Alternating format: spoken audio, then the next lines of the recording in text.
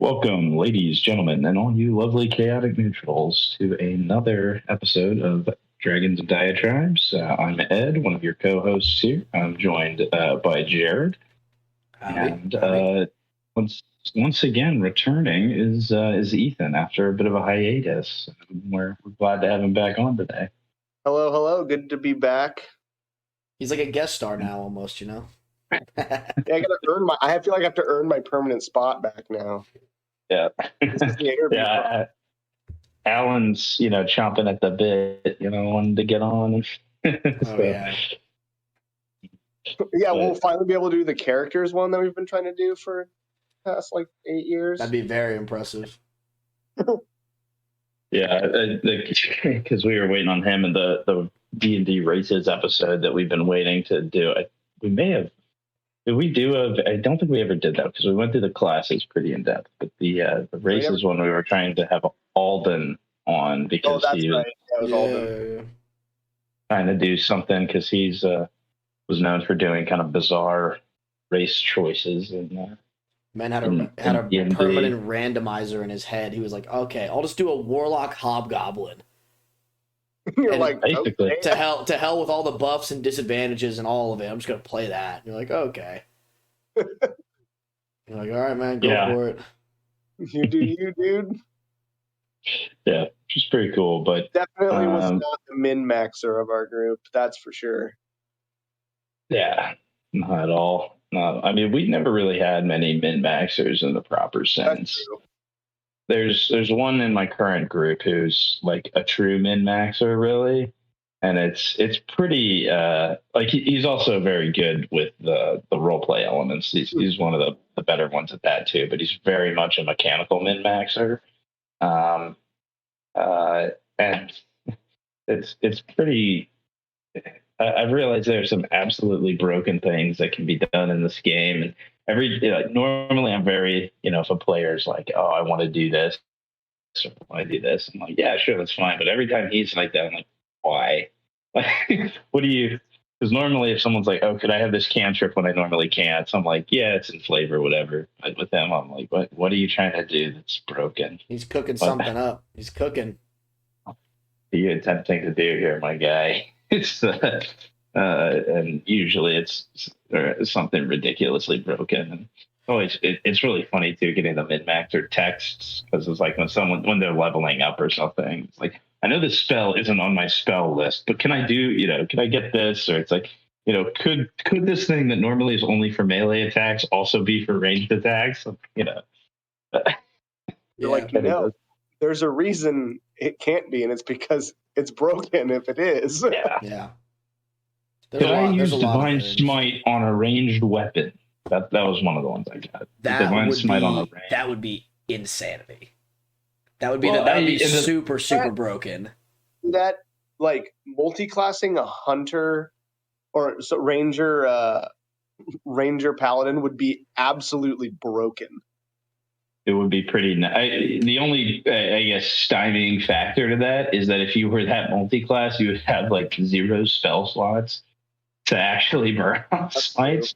But other than that, yeah, it would be the one I'm thinking is broken. Actually, is the one I want to try out. You told me about this. I think I know what you're about to say. The College of Swords bard with basically 2-level dip into paladin, and no. Then you just get... Oh, no, dude. Because then you uber charge your spell slot level. So it's like you're basically smiting with, 5th level spell slots at level 8, which normally you can't do until level 17 if you're going pure pally. On a College of Swords bard. Oh, that'd be disgusting. I still think my baseline most broken that I've ever discovered and used effectively is monk and rogue, solely because the DPS of the monk with their key points and the sneak attack of a rogue and the movement is outlandish. It is so ridiculous how fast those things can move when you get your bonus action to dash, then you burn a key point and all that. It's crazy, man. That's the one I've discovered. That one's the most base game broken one I've ever discovered.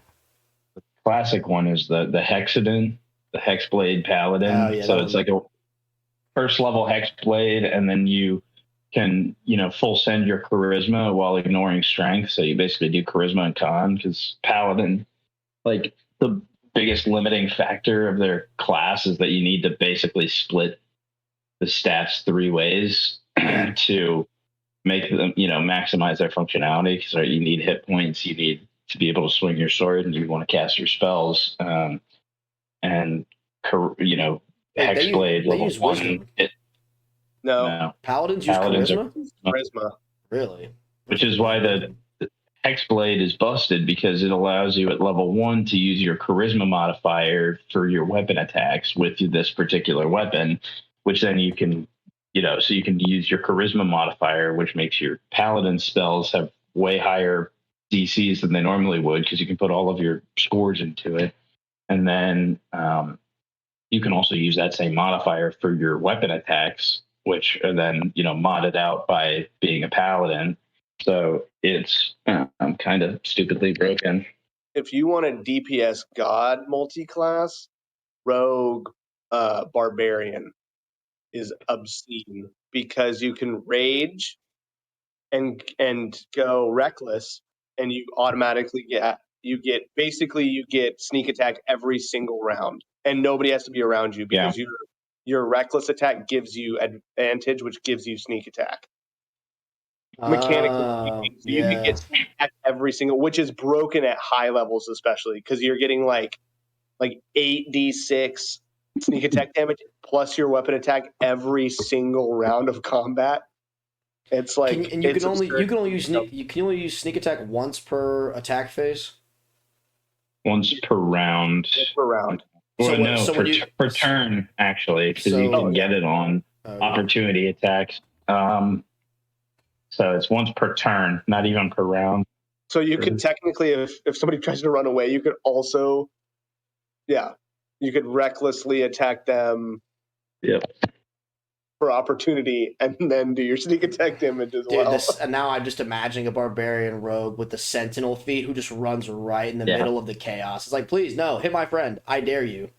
Like, Please hit me, and then I'll use my reaction, and then I'll take my count or my try to run past me. I'll stop you and then hit you again on my turn. my and sneak kill you. attack, and then You know what I want to do, actually, because I realized this with combat, and I want to find a way to change this that's not like terrible, but I really don't like the way opportunity attack rules are set up, because it leads to combats just once people get next to each other, nobody leaves. Like it's and I'm trying to, because I'm trying to do some interesting things with the next campaign I run when this one finishes up. nobody does what? Nobody leaves. Like, because once you get up next to each other, nobody wants, like, if you get up next to the dragon and there's no benefit in moving away, I see. because they're going to get, because the fear of an opportunity attack. And like, as the DM, right, you don't want your baddies getting just melted by everyone getting an extra turn of attack. So you generally don't have a move. So I'm considering, because I'm doing some alterations to the combat system for the next game I run, because it's going to be more like political intrigue type style. And I'm getting inspired by like the Musketeers era of, and so one of the changes I want to do is I want to basically make it so you only get opportunity attacks like off of Sentinel. Like if you actually have that's what I think I'm going to do, is make Sentinel the means by which you can make opportunity attacks, which would I think will lead to more fluid combat. And then the other one I want to do is I'm going to alter the way guns function, because like all guns are going to be basically like one shot, load in muskets, whatever, like no multiple. Mm-hmm. And the way I'm going to do it, because I want guns to feel like they're threatening kind of all the way through, is I'm going to make the dice, the damage that a gun deals based off the hit dice of the target. So for example, like with a musket, it might deal 1d8 for every hit dice of the target. So if you shoot a level 1 character, they take 1d8. If you shoot a level 10 character, they take 10d8. So essentially what that does is it makes guns actually a threat to every level of character.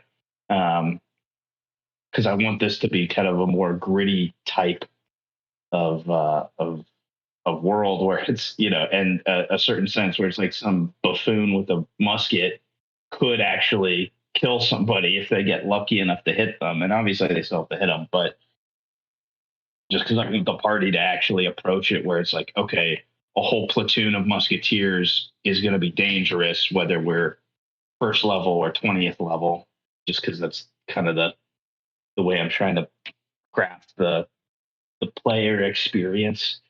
So You're taking the godliness away from them, that's for sure. Yeah, Because we all know by level 11 or level 13, you're like a mini god in regular. Well, that's D&D. the idea with guns, right? They're the equalizer. So that's kind of what I'm going for with that. And we'll see how it goes. It's not like everybody's going to have like a pistol at their side, nothing like that. There's still, reserved for certain types of soldiers and stuff. But Jared, have you heard the quote, "God made all man, but Mr. Colt made all men equal"? Yes, I have heard that. Yeah, that's actually. I mean, it's really accurate. I like the scalability of it. I think that's the one thing that I've never liked doing as a DM is trying to find a fair scalability of enemies. Because, like I said, like we all know it. Once you get like 2 feats under your belt and like your wizard gets his like 3rd, 5th level spell slot, and like your bard has a bunch of spells and your life cleric can heal you like ridiculously well and you have a couple magic items under your belt, it does get to that point where you're like, all right guys, no more humanoids, time to just go dragon, time to go 3 bullets. You have to think of all these crazy ways to like level the playing field where like you are sometimes fighting like 5 or like 2 mind flayers or an elder brain or something like that, right? Because like you get to a point where if you have a party of 6, the firepower of a level 11 6-player party is just ridiculous against a single target or 2 targets. Exactly what I have right now is 6 level 11s. It's just a little. It's not. I don't want to say the word irritating, but it just makes it more of a struggle than I feel it should be. Because if you play with enough people, which is how some people want to play, some people don't do like 3-player parties stuff like that because they consider it too small. But if you do build it out where you have all of the tools, you have specialists, you have the glass cannons, you have the bruisers, you have the healer, you have the utility character and the chaser or whatever. Like, it does get to that point where like you do have to throw dragons out at people. And dragons with layer actions and dragons with minions. And, you got to start thinking how a player would think and be like, okay, well, I'm going to cast, darkness over here on these 2 spellcasters so they have to move for a little bit. And I'm going to throw a fireball as soon as they move. Like it almost gets like kind of picky where you're like, okay, even though this doesn't really make that much sense, I have to find a way to isolate the wizard every time. Or else he's going to do what he always does. He's going to get right behind everybody and just throw spells and never get threatened. And then, the bruiser gets hit, the cleric heals the bruiser gets back up, and like the single, that's the one thing. Like guns is one of those things, but some people hate them. Mm-hmm. Some people hate the fact that you can just wholly be like, oh, well, you're level 10. Here's 58 damage off 1 attack. Sorry. Mm-hmm. So like I understand what you're trying to do, but it is some people don't like it, and I can understand why, and some people love it because it makes you feel like you're actually being threatened, and the game is like no longer a waltz. That's the goal that I'm trying to do with the guns, because like, and you're right, because level 11, the party that I have right now, I have to get very creative with how I challenge them, and it's sometimes usually.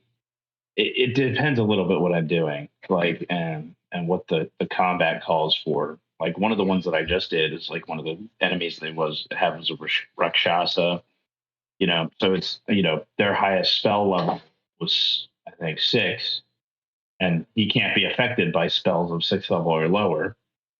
So like just right away, nothing worked.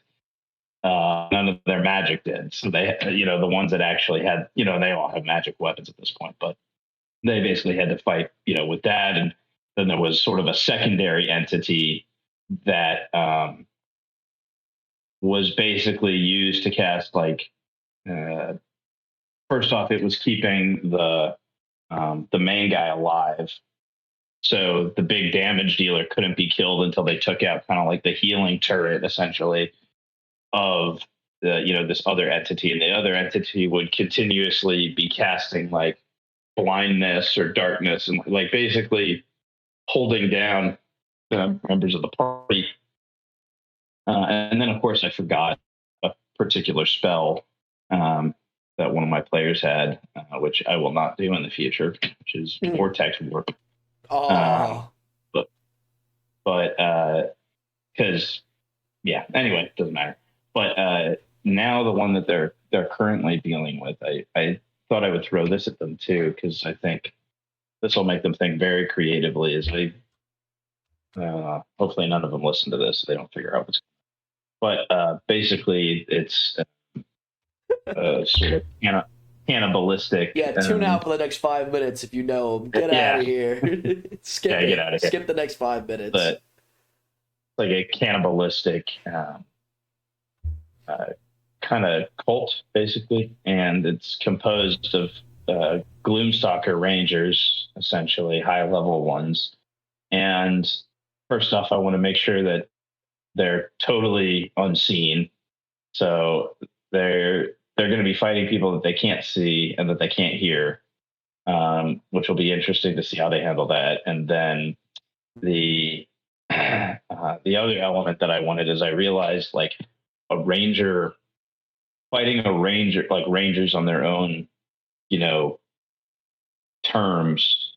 Like one of the things I'm doing is I'm setting it up so that there's like a snare, like the spell snare cast on like every other, square of the battlefield.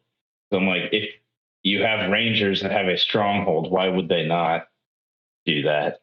Like, because it's going to be really amusing because the players are just going to every other step they're going to make a save against the snare, and then so like you can do interesting stuff but you have to think so much more outside the box with high level players, and otherwise they do just steamroll everything. Like if it's just a flat map and nothing variable, they're gonna usually stomp it, or you overtune it and stomp them, which sometimes happens, which is not good. That hard balance.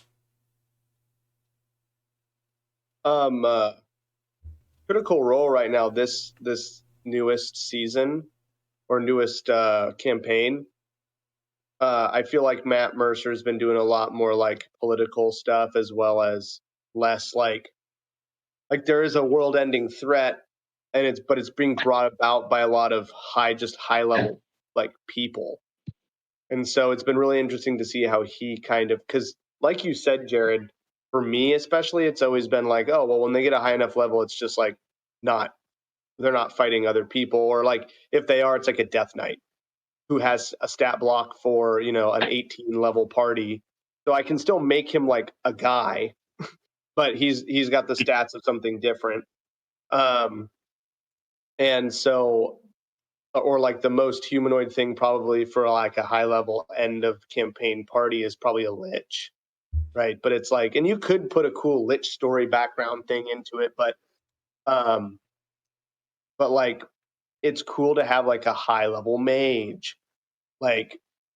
And I think what I've started to do in my campaigns at least, is actually write out like full on, like this is a 20th level character, and I'll roll a sheet for like that person. And if you meet that person, like, and they're a villain or you're like fighting them, if you meet them at level 3 and try to fight them, they're going to pull out all their level 20 stops, and they probably won't kill you most likely. And I know we've talked about that in a previous one where it's like, oh, you're not worth my time, whatever, yada, yada. Yeah. But I think that's also a good way, because like a 20th level character, especially like a mage, with maybe one or two other 20th level characters. I know, Ed, you do this a lot with like groups, like evil like groups of like adventurers or whatever. Evil parties. Or even just a 20th level character that you give legendary resistances and lair actions to. That's a threat. That's a huge threat to like a party, especially a party of like mid-range, 8 to 12 level, like that's still a huge threat. Yeah, when they're all level 20, that probably won't be a threat, but that's when you pull out your world-ending thing that maybe this guy was trying to like bring about or whatever. But I found it really interesting this season. I just feel like he's been doing a really good job of like, and it's helped me learn how to like play scary NPCs that are human or like not human or like just or a race like elven Yeah. or whatever, but The- are scary like the dragon, The right? one cool thing that I've found, so like I've been playing Baldur's Gate a lot, and for what it is, it's a really really good game for what it like the limitations of a video game can have in a technically Mhm. Dungeons and Dragons is the only thing that limits you is how creative you can be. Obviously, you can't do that in a video game because you have to make things right. But one really cool concept that I kind of like that they've been done is it's been a it's kind of spoilers. So if you're playing it halfway through and you're not to like Act 2 or whatever, sorry for the spoilers. But there's three people that, with their combined power, have subdued the world ending threat and they're in control of it. So the party, you, have to get them to lose control, and then I haven't finished it yet, but I'm speculating this is how it's gonna go.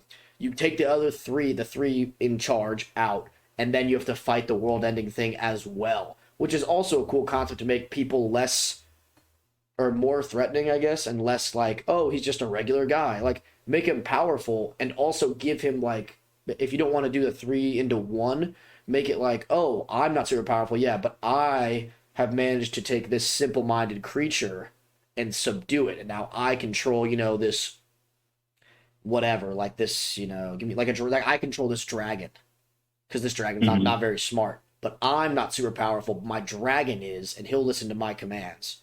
And then that's the threat more so than the person itself. It's who he controls and who they have to fight to get to him, which I think is a really cool concept. I haven't seen it. I'm not watching Critical Role at this time because I do not have the time to watch it, unfortunately.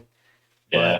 But yeah, I like what you're saying, Ethan. I like taking other people's work and twisting it in my own way, and especially like when you get like fresh ideas, because it's hard. Everyone knows it's hard to like keep every cool idea you've ever had about D&D in your head all at once, and then try to fit it into a campaign. Because I know Ed's got 1,000 ideas that he thinks of, and they just can't either A, can't come to fruition because of the setting, or B, it's just like it'd be cool, but it's kind of a niche thing that would be really hard to like set up and make the story follow.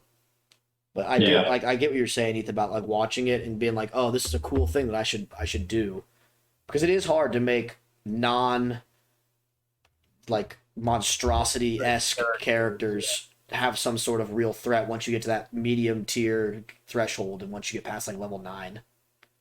Yeah. Yeah. I have a That's very question for you though, Ed. With this whole idea of the opportunity attack, that really nerfs. I'm thinking specifically of like rogues. Like a big part of their thing is they're one of the few characters that can get in and out, and that's a part of their character with their action bonus action to disengage. Would you like try to would you try to like balance that again, or would you just be like just use your action to hide or do I something think else? if I had a rogue in the party specifically, what I may do, and this may be how I switch it up to make it easier, is bonus action disengage, cunning action lets you disengage with no, spent action or bonus action. Gotcha. So take the disengage action and dial it back one level of, because then that might be a better way than just doing away with it entirely. But just because I it's such a penalty using your action Hmm. to do it, but I wish people would do it more. Like, because it's combat gets very boring. I've found when people get next to each other, unless you give. I mean, even if you give the boss a teleport, right? It's like, it's it's once people start clustering, they don't really get unclustered Yeah, under but normal can't you circumstances just solve it with a bunch of unless you. AoE? You can, but it depends on the like if you specifically design every combat to, handle it, sure, you can do that. I feel like if but you get stuck in that the- routine, that's kind of where I would just go. I would just AoE the shit out of them, to be honest, until they Well, figured out you can't well, just stand in like a 4x4 square of people. well, that's true, but like one of the things I like doing is I like the combats to feel different every time, so they don't get dull. And just I've found that Monks can also spend a key point to disengage. Yeah. Don't forget about that too. If you're doing your same rework. deal. Your favorite class. I love the monk. The monk is slept on. I will die on this hill. I love the monk too, but I wish it was stronger. Yeah, it really hurts it that it has to have basically super high dex and super high wisdom for the key. That is true. Like being a dual class like that, where it's like you have to have two stats that are really high, can be hard. Yeah, but I feel like there's a couple of those that do that. Like we were talking, like Most classes. Paladin has 3 that you have to dump. Paladin's got Paladin, you have to dump dex and intelligence super fucking hard, or else you just like is suck. really or else you suck. But that's also why paladins are lower on the power scale, I would argue. But as a multi-class, they're pretty high up there. As a multi-class option, they buff a lot of other classes. Yeah. I actually just watched a video today about the issue with monks, but oh really? But what was pointed out with monks is the key system is really challenging because it's almost like key are an expendable resource comparable to spell slots. So you use them to have an effect. Mm-hmm. The issue is the effects are so much more negligible in most cases, and they're burned through much quicker. And without them, the monk, I mean, granted, a spellcaster without spell slots is really weak too, but you very rarely run out of spell slots. I guess it depends on your campaign and how it's run, but like if you go through 2 or 3 combats a day, you might be running out towards the end. Monk, you can spend 5 or 6 in the same turn, and it's like,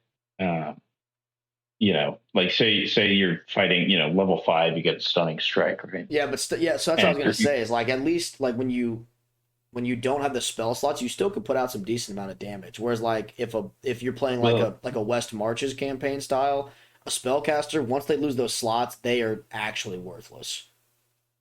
True, but like spinning the situation here, right? Like a level 5 monk, right? Yeah, you just got stunning strike. You're going up against some ogre chieftain or whatever, who's got, a +7 to his con saves, right? So you punch, spend a key point, flurry of blows, 2 more punches, and it's like, okay, I'm going to spend a key point to try and stunning strike him. Oh, he succeeds. Key point to stunning strike him, succeeds. Key point to stunning strike, succeeds, and then you're out of key points. Does stunning strike still do the damage? Well, the stunning strike doesn't. I mean, you're still deals the damage if you hit. It's, right. It's, so I would expend argue. it I would argue it's the same as failing a spell save, a spell save. Because you still that's exactly take right. half damage, which is pretty much nothing but sometimes. What Ed's saying is you have way more spell slots, so you can fail way more times with a spell than you can with the key points. Oh yeah, no, I understand that 100%. But I think the utility is slightly different too. Well, it is, but like I mean, I just think about this, right? Because like, what at a base level can monks do with their key points, right? They get 1 extra unarmed strike. Hit and move. They can just hit and move. That's all they can do. Because flurry of blows, step of the wind, which lets them disengage and jump, and then the other one. I was just looking at it. It's dodge as a bonus action, so you get that, and then you get stunning strike, which is a really feels bad ability because like it's so feast or famine.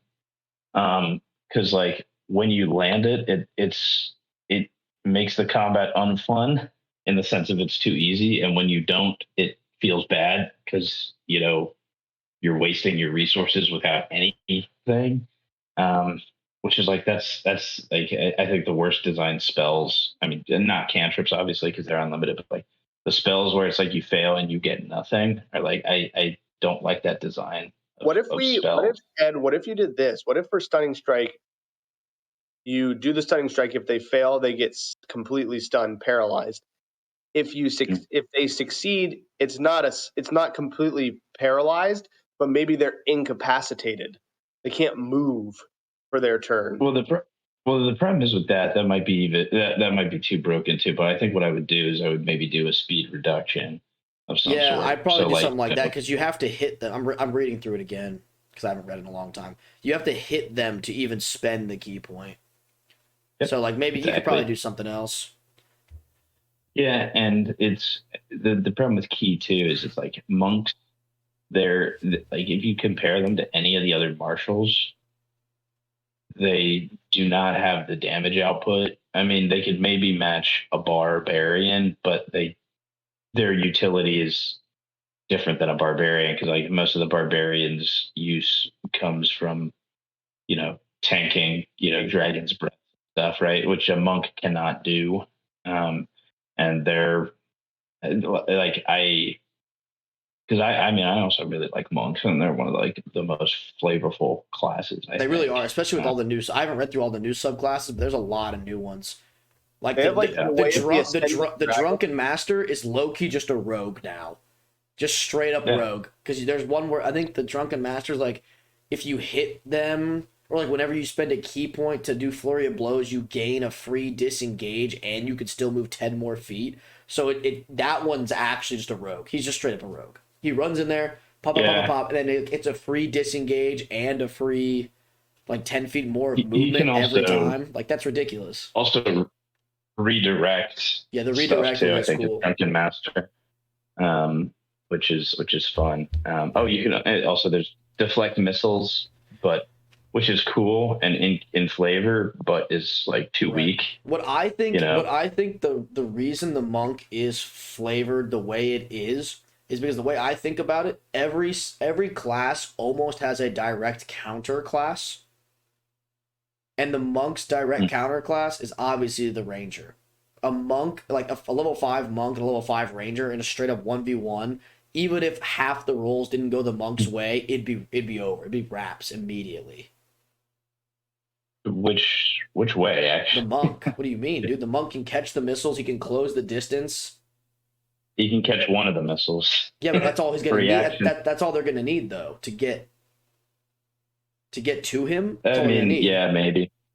I mean, like in an arena setting. Like if I built a monk, just like a stock monk, and Ethan built a stock ranger, and you put me in like a 60-foot circle. An arena, like it's an arena fight, straight up. Anybody, except maybe the barb, if he can tank enough of their hits, and he can survive their stunning strikes. That's probably true. Actually. I don't know, dude. I would probably take. I mean, it depends what ranger and what. I mean, I'd probably put my money on. I mean, roll's obviously dependent, but like I'd put my money on at least the updated ranger. It depends on the size of the arena, I guess, is what I'm saying. Yeah, I mean, in a straight up fight, I'm taking the monk every time.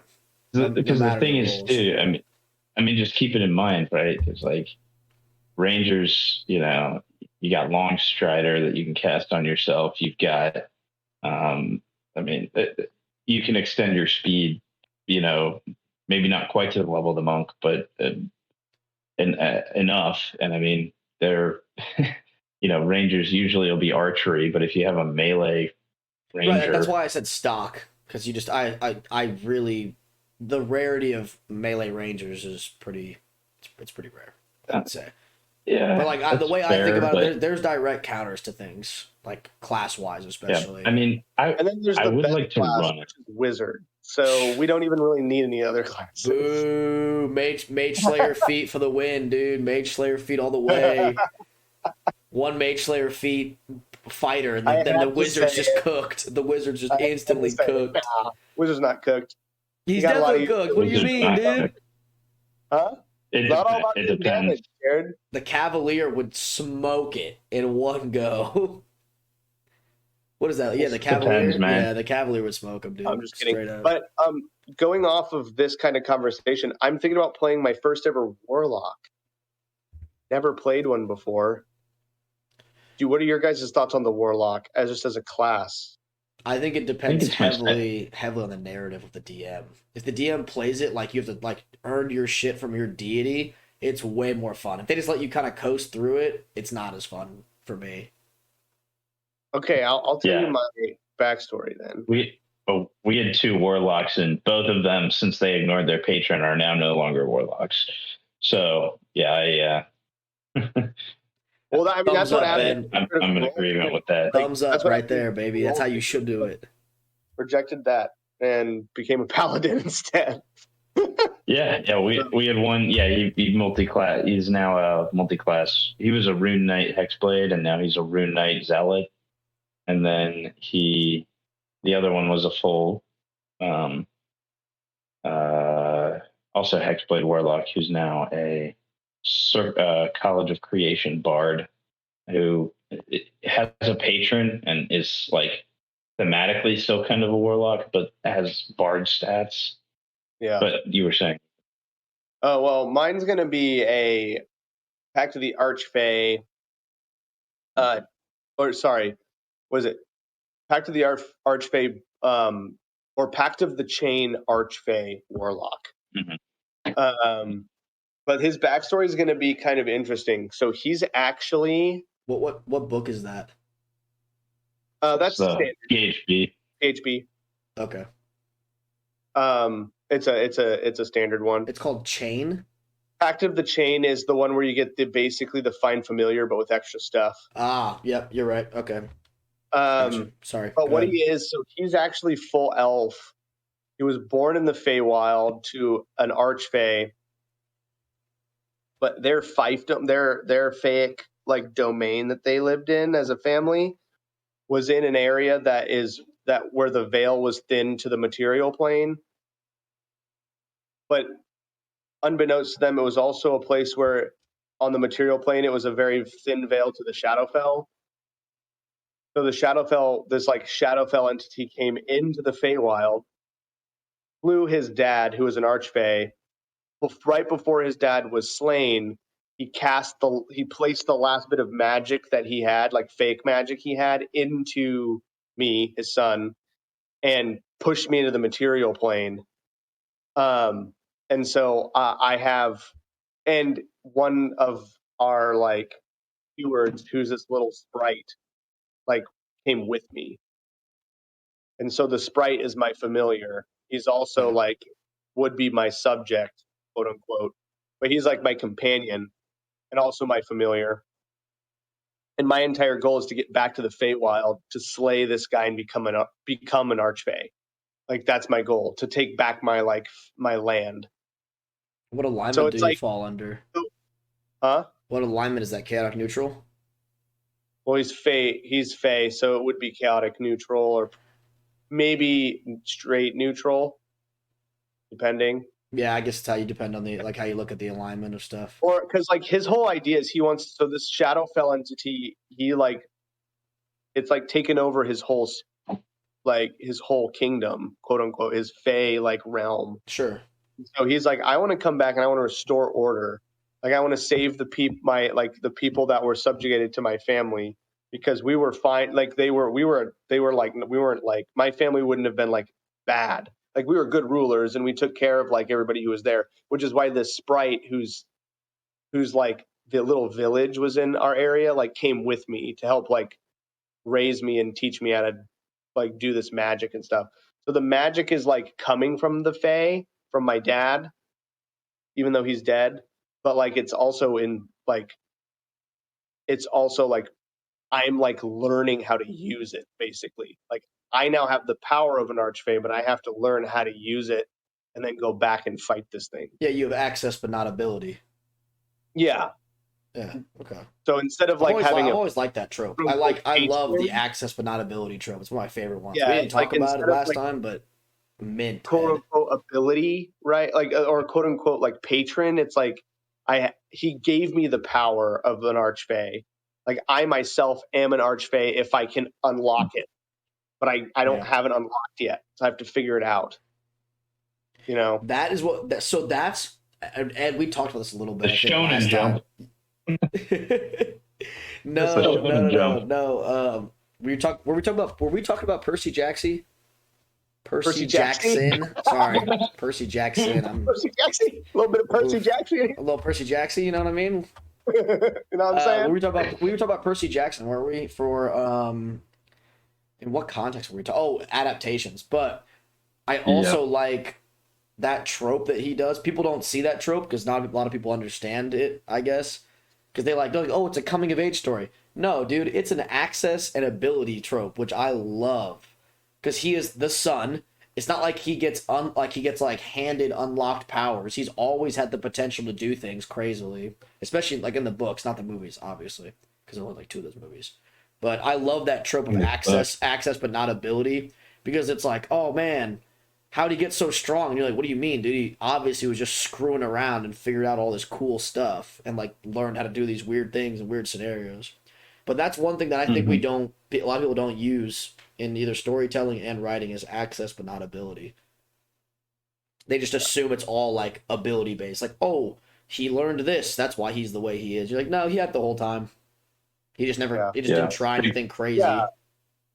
And so I kind of like that. I'm interested to see how it goes. The sprite, it's the sprite stats as that's one of the positive thing. The cool things about having like a Pact of the Chain is you can have like a pseudo dragon or a sprite, or a quasit, I think. But I was gonna go with sprite or an imp. An imp. Huh? Or an imp, yeah. Or an imp. And but I'm going sprite, and it's kind of cool some of the abilities you get, especially with some of the invocations that you can pick for Pact of the Chain. So basically, Absolutely. Jazz up. It's very good. Yeah, like there's one where it's like you can communicate with your familiar as long as you're on the same plane of existence, and anywhere on that plane of existence that your familiar is, you can see through its eyes and hear through its ears. Like it's crazy some of the stuff you get at like a little bit of like medium level. So I kind of would play him as like a illusionist, obviously like subterfuge, smoke and mirrors kind of thing, and like an intelligence guy. Like, oh, you need some intelligence? We're gonna, my sprites go in completely invisible and like figure some stuff out. I wish more classes got those. The espionage element of the Pact of the Chain the our Hexblade had Pact of the Chain actually, and had also the sprite and the it was kind of nuts, the effectiveness of tiny invisible thing, especially at low levels, like just sort of not breaking encounters, but like just spoil, like making sure they're more prepared than I was hoping they would be. Yeah. Like that. Knowing some things and getting some reveals a little bit earlier than they maybe were supposed to come, but it's very, very good. And for me and the group that I play with, and the group I'll probably play this character with, the best part about it is I'm gonna have the DM tell me all kinds of stuff, and then everybody's gonna ask, "Do you tell us this?" And I'm gonna be like, "No." No. Yeah, best part about doing that. Yeah. What was I gonna say? The other thing that's really broken, the ability of the familiar to just use the help action. Yep. Because it just can straight up give you advantage on an attack every turn or on whatever. I mean, it's which is quite good. Yeah. But yeah, when I first started, I thought Pact of the Chain seems terrible, but no, very, very. Yeah, it took me a minute to kind of figure it out and like see that it was a viable option. I was just like, why would I pick this if I could pick something else? Like the Pact of the Tome obviously looks the best, but then I was kind of looking in, and also I figured out that like when I was looking at this last, I like being a utility character. I like Mhm. having a lot of things to do outside of combat, and then in combat, helping others do what they want to do while they're fighting. So like that fits perfectly with my play style too, the Pact of the Chain, where it's much more information gathering, giving information to people so that we know what we're getting into, and also that allowing me to prepare what I need to prepare to help everybody. So it's like that's why I think Pact of the Chain Warlocks are really good. Divination Wizards are slept on with a ton of the divination spells that you can do that like just Divination. absolutely break The dungeons, encounters, like the crazy. portents alone And the with portents, yeah. Yeah. yeah yeah stupidly So, broken. oh, I It's love it. it's all kind of Wizards like are best it's friends. unfortunate, but it's all kind of campaign based too. Like if you play a utility character in a super heavy combat campaign, like you're gonna feel like less important. But if you play like a super high intrigue or some other thing, like just an adventure, just a straight up like narrative epic adventure, where you talk to a Yeah, lot of people to learn a lot of things, those characters definitely come into play, and they're like they just rock it. Like they everything they do just turns to fucking gold. It's amazing. So like it kind of just yeah. depends. Like I hate playing utility characters if I know it's gonna be a super heavy combat campaign where we're playing like two encounter, almost like on average of two encounters every session, because it just like you don't ever feel like you're really doing more than some people, like the glass cannons or the healers. Like even the healers feel like the healers do more than you do, which is a weird feeling for a lot of That's why I people. play Wizard. So I can just Yeah, but test the water. yeah, they're the true Well, test. no, seriously though, Yeah. sometimes I'll get into a campaign and I don't know what it's going to be like. So I'll be like, all right, I'm going to be like I'll be like a whatever conjuration wizard or whatever. I don't know.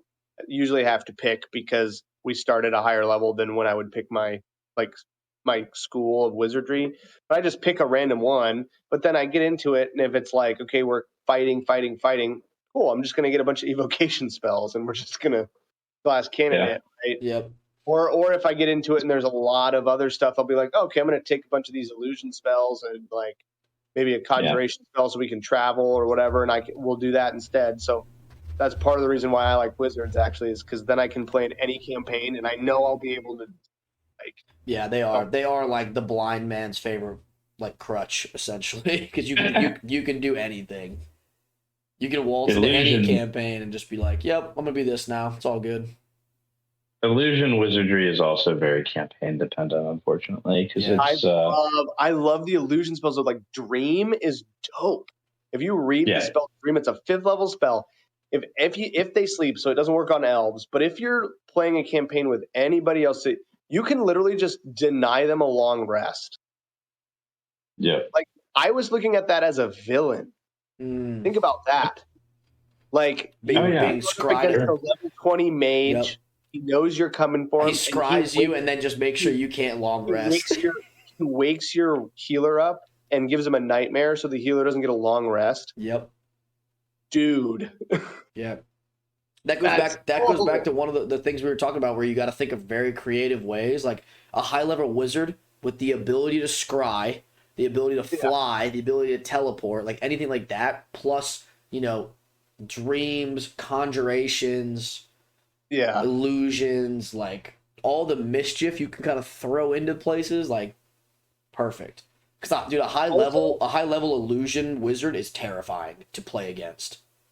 yeah, dude. So the eighth You're just the one lost the illusion entire spell, fight. the one eighth level illusion spell, which is not in the PHB. It's a new one. I think it was from I want to say Tasha's, but I'm not sure. It's called Illusory Dragon.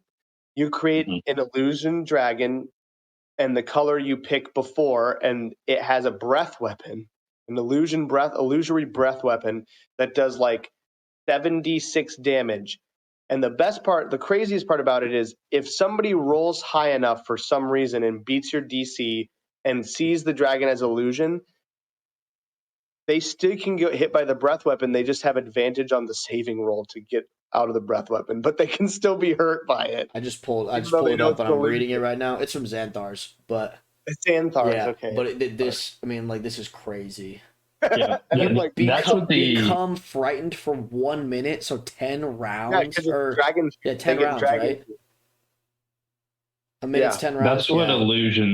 illusion spells should be. 60-foot Is cone, 7d6 damage of the chosen type on a failed save. I also have to say I really like the Tasha's conjuration spells so much more than the PHB one. Yeah, they're so good. Like conjure animals is a very good spell, but it sucks. Like it's so not fun at the table. Like because it's like, oh, it's level 5. Here are 8 wolves, and we're gonna have to roll initiative and do the attack rolls for the 8 wolves. And that's one reason why I don't like playing Conjuration Wizards. Or if I play Conjuration Wizards, I play Conjuration. All their Conjuration spells are the traveling spells and like the Mordenkainen's spells, but I don't play the like Conjure Woodland Beings, Conjure Celestial, just because it's just an extra thing in combat that's a pain in the ass to do, even as a yeah, player. I'm like, I don't want and to. I like those ones, the ones in the book, because they no longer do like they have a stat block that's in the spell. It's not like you pick from a whatever. It's like here's the stat block of the celestial. It can do these like 3 things, and this is its mod. It's right there, and I like that. The ones in the PHB, especially conjured beasts, were infuriating. Woodland beings is similar. And it's always summon one. It's not like summon a group Yeah, of things. It's that's how just I feel about. one That's how I feel about Conjure thing. Elemental. It's always just Yeah. one thing, which isn't Yeah, too that's bad. why- It's not terrible, but or like Conjure, like dude, even like Spiritual Weapon, you just get tired of playing. Like you tired of play. You tired of Everyone loves You're tired of rolling this random like 2d6 damage floating great sword. I You're don't like know, this. man. This is so stupid. You're like, why do I I have don't know, this? man. It's pretty What? fucking good. Conjure, Spirit conjure, weapon. or what? Yeah, Yeah, spiritual Spiritual weapon. Weapon is super good. It's all right. I wouldn't say it's. It's great like early mid game, but like as soon as you get like level 9, I don't think it's that good. That you can conjure way better No. things. Cast it at a higher level. Mm. It doesn't have It's any a like. bonus. It doesn't have any death rattle abilities. It's a bonus action that with a spell with no concentration that's free damage for classes that don't have much use for their bonus action. It's very It like you can might be. It can get be I it. love very good. Spiritual Weapon. not spiritual weapon is like, I mean, I've been going through 9 levels here. I guess it's well, they're 11th level now, so it's like 6 or 7 levels with these guys, right? One of them's a cleric, and I kid For you clerics, not, it is really spiritual good. I weapon. will give you that. For clerics, it is really good. Yeah. But for like a wizard, I consider it Yeah. kind of a waste. Well, they don't have access to spiritual weapon. I guess that's true. It's clerics exclusively. They get Wait, is it actually only clerics? Mordenkainen's sword, which is a shitty version of Spiritual Weapon that you should never. That's what as I'm a thinking spell. of then, because I thought they Because definitely got it's- a conjure weapon spell of some kind. Yeah, Mordenkainen's limp dick is Yeah, it's so bad. The worst spell in the game. Like Whoa, there's a Find lot traps. of very bad spells. by scaling, it's 7th level. Yeah, Like, it's a It's 7th Find level? Traps is terrible. Bruh. Yeah, Find Traps is terrible, but it's like 1st level. that is true. So Yeah, it's like you know how many spell slots you get? 7th level. At 20th level, I think you get 2. It might even be 1. I think it's 2. But you get 1 8th level and 1 9th level at 20th. so you use half of your 7th level spell slots to cast Mordenkainen's sword, and it's awful. It's one of the worst. If ever a spell needed a makeover, it's that one. That just feels feels like a DM makeover would be really sick. Frankly, for you should just because your cleric already has Spiritual Weapon. just crank it back to 5th level, and it'd be a lot better. Yeah, like instead of 7th level, like we made it a 4th or 5th level spell, and plus with the damage. I mean, it's force damage, so very good damage type, but it's like it's so bad. Like just the way it's set up, infuriatingly so. Oh, it But only, yeah, I would does 3d10 damage.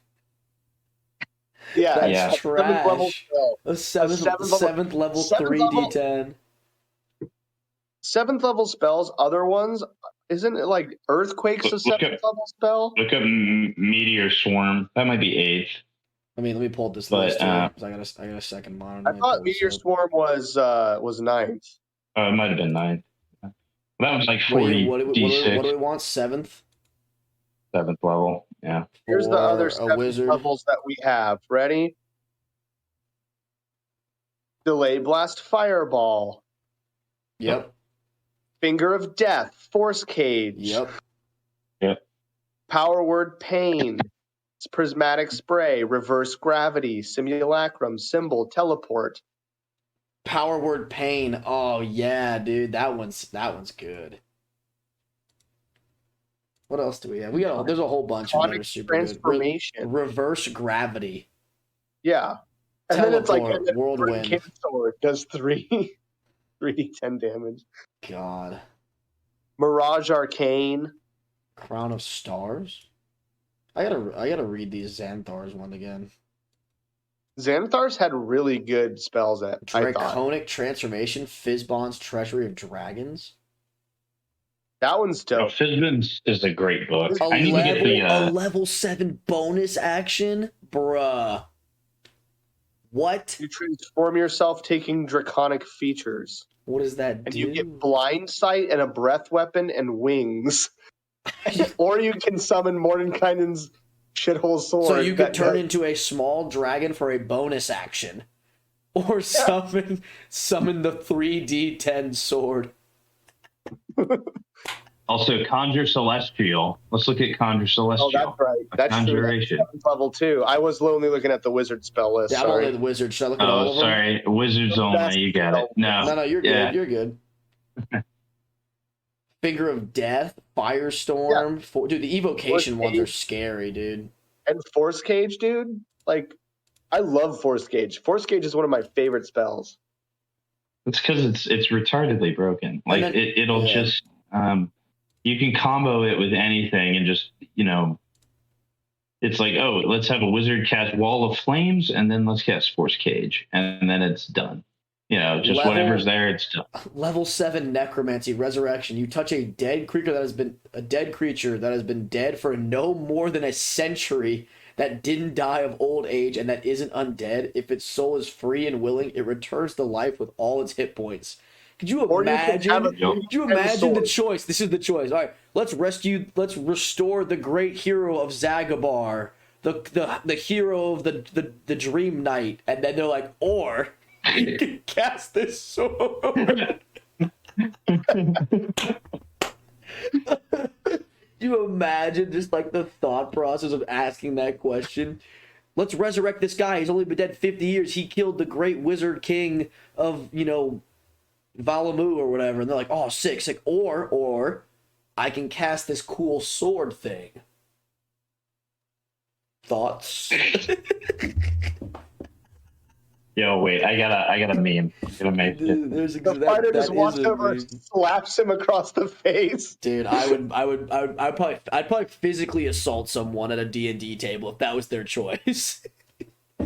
So what did you pick for your 7th level spell? Mordekainen's sword, just like hands, immediate hands, dude, immediate hands. I'm throwing my beer at him. I'm like, I'm breaking something. It's so many choices. So many good choices. And you landed on the sword. We already have a cleric. Yeah, He's got spiritual weapon. My God. Oh man.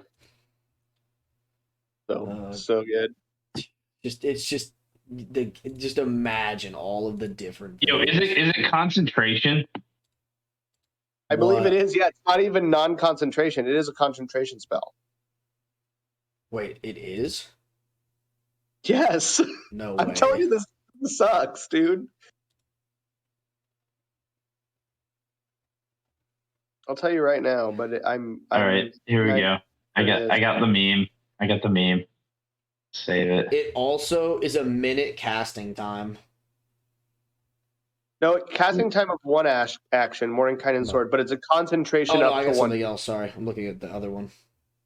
Magnificent. Also, Hut. you have to have a miniature platinum sword with a grip and pommel of copper and zinc worth 250 gold pieces. I saw that. I was like, wow, man, if we were playing components, I'd be 250 gold pissed. just to cast the spell.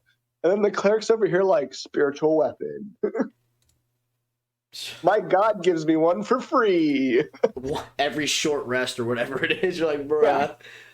You're like, oh man. Here you go. Would you drop it in the chat or something? There we go. Yeah, just a quick meme. Just a quick meme. There we go. Oh, nice. A 7th level spell slot and concentration. 3d10 force damage a few times. That's amazing. You spend, just to, in perspective, hilariously again, you spend what, a 7th level slot for what a warlock cantrip does at level 5 or whatever it is for Eldritch Blast. 3d10 is like level 11, but point in case, yeah. Jeez. And it's concentration. And it's not a cantrip. It's a concentration on 2 classes because the bard and the wizard can cast it. But it's concentration spell on 2 classes that literally have a million things you can use your bonus action to do. Just haste the fighter, you'll deal more damage. Yeah, jeez. That's true. Yeah. So anyway, you're a wizard player and you're thinking about getting Mordenkainen's sword with your 7th level spot. Don't, because your whole table will hate you. Your whole table might physically assault you. They might beat you. That's true. They may beat you up, and that's sad. All you'll have is a stupid, pathetic sword to fight them off. Yeah. Yeah. Once they hit you, you'll lose concentration on. It'll go away anyway. Correct. So. Yeah. The 3d10 because you're a wizard. Last. Oh man. Yeah, I can't. That's one of the worst ones. I mean, there's obviously some super shit spells that just are, you would never want to actually use. But a lot of them are kind of low level. You're right. Yeah, they're not like level 7s. Yeah, most of the ones that are level 7s and stuff are like decent. That one is not. Because if you're casting a level 7, like level 7 to level 9, I guess is pretty much. They're all just like they're all. Need more bang for your buck. Well, like I was talking about, when you get to that level, like you're a mini god. Like some of those spells, like Wish, are game altering spells. Like level 7 is nothing you should be able to like brush off. Be like, oh no, dude, just a level 7, not a big deal. As I drop a level 7 fireball on you or something like that. Like that is nothing. That's nothing. That is nothing to shake your hand at. I got it. It's like I'm about to reread this because like I can't imagine. Can't imagine what. Like what they were thinking. Like and I mean, like, you noted Eldritch Blast. You could split the damage on Eldritch Blast. Also, spiritual weapon, you add your wisdom mod to the damage. This, you don't add anything. Magic missile at level 7 does more damage and doesn't miss.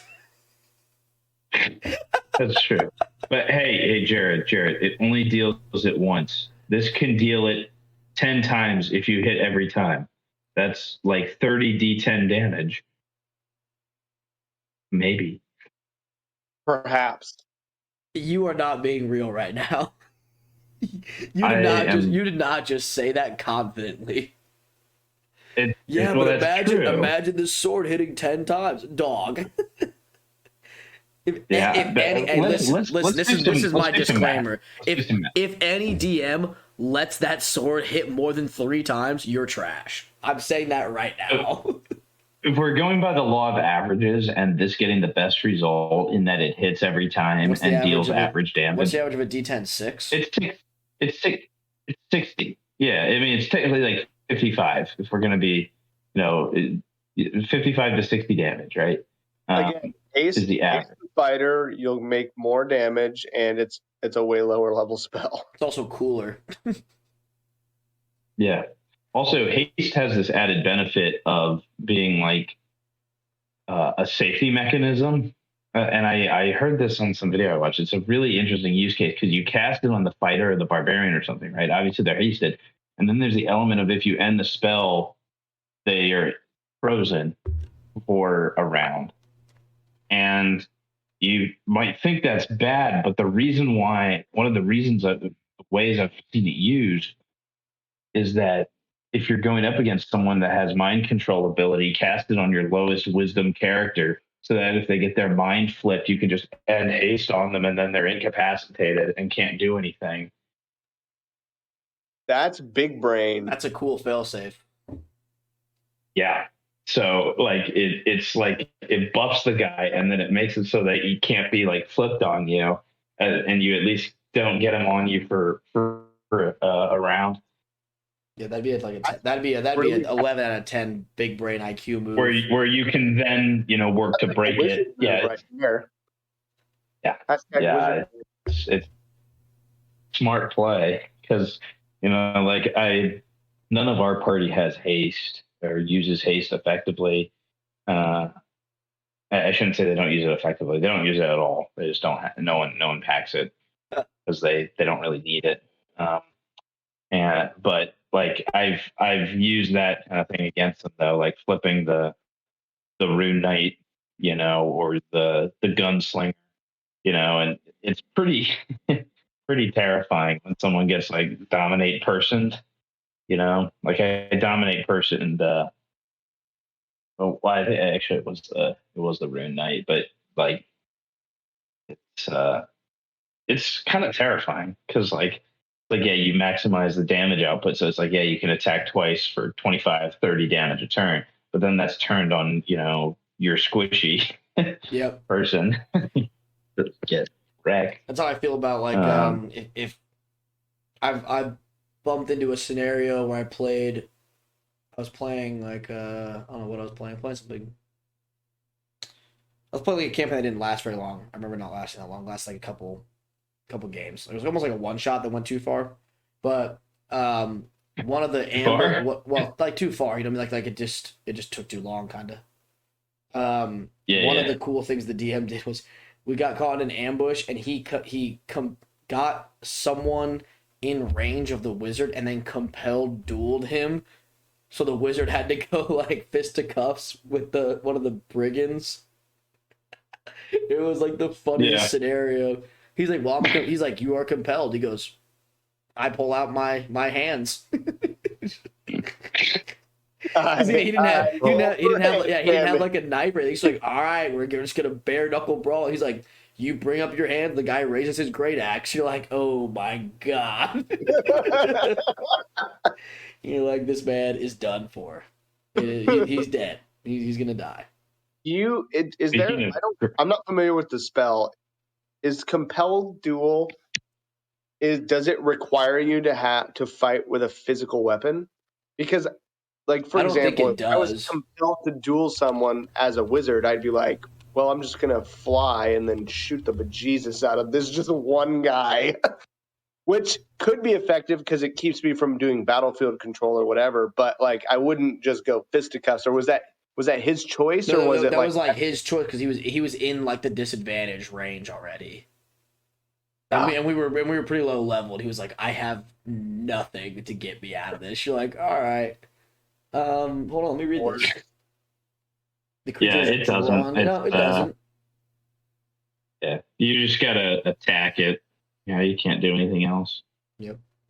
But yeah, I remember that. He just put his hands up. He's like, well, I have nothing else. So, and I think he did it like thematically, raised his hands because he had a weapon that was probably gonna do the exact same amount of damage as like if he put his hands up physically.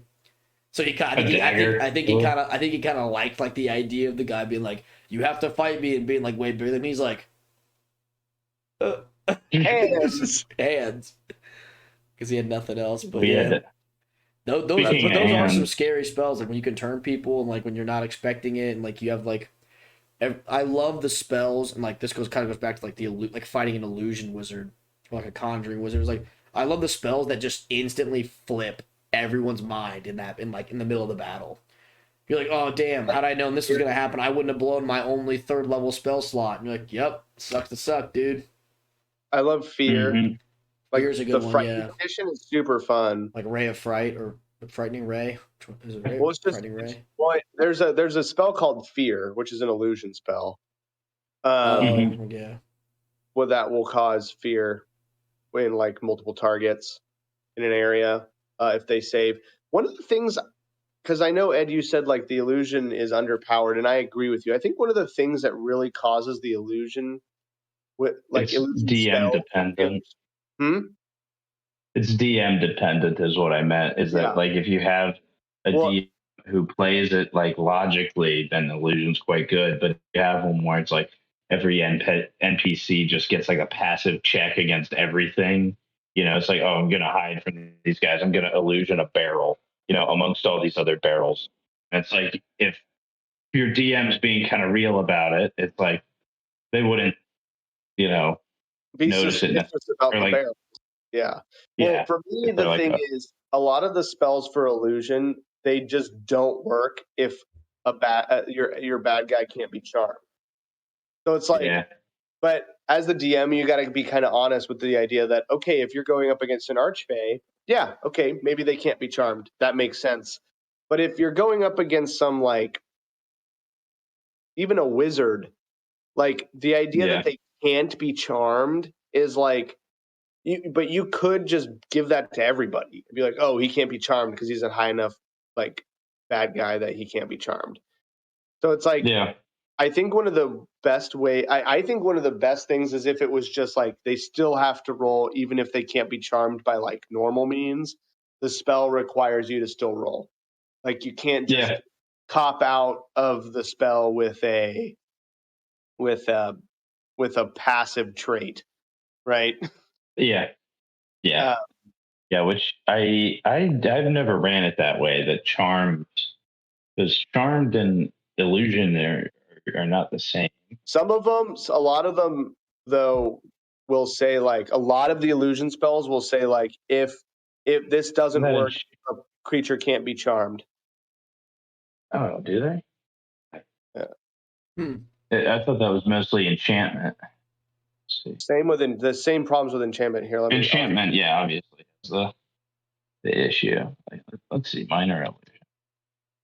Check that out. See. Like mental prison. This is a 6th level illusion spell. You attempt to bind a creature with an illusory cell that only it perceives.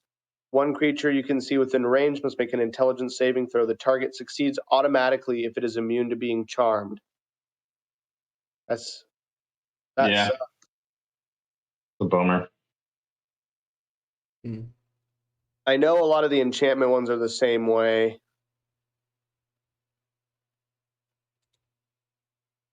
Yeah, yeah, enchantment for sure. Um, which makes sense, because that's And it's like, magic of charming people. yeah, and like for dream, the creature has to sleep.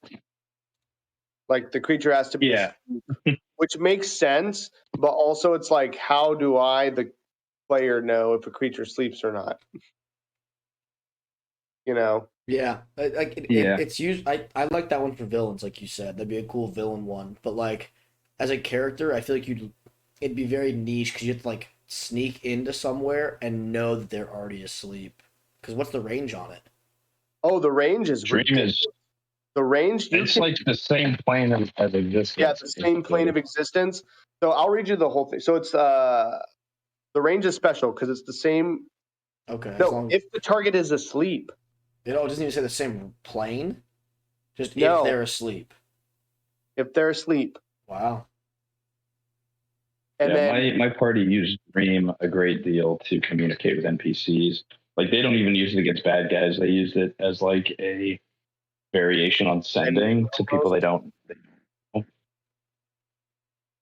Hmm. But and then if you have like a block of hair clipping something from the target's body, it makes it the saving throw they roll to save against the dream has disadvantage.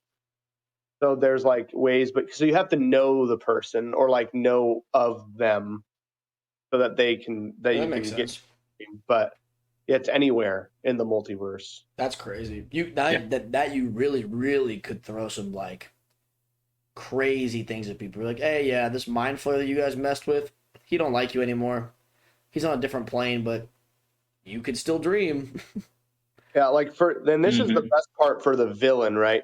You can make the messenger appear monstrous and terrifying to the target. If you do, the messenger can deliver a message of no more than 10 words. That's you, the messenger. And then the target must make a wisdom saving throw. On a failed save, echoes of the phantasmal monstrosity spawn a nightmare that lasts the duration of the target's sleep and prevents the target from gaining any benefit from rest. In addition, when the target wakes up, it takes 3d6 psychic damage.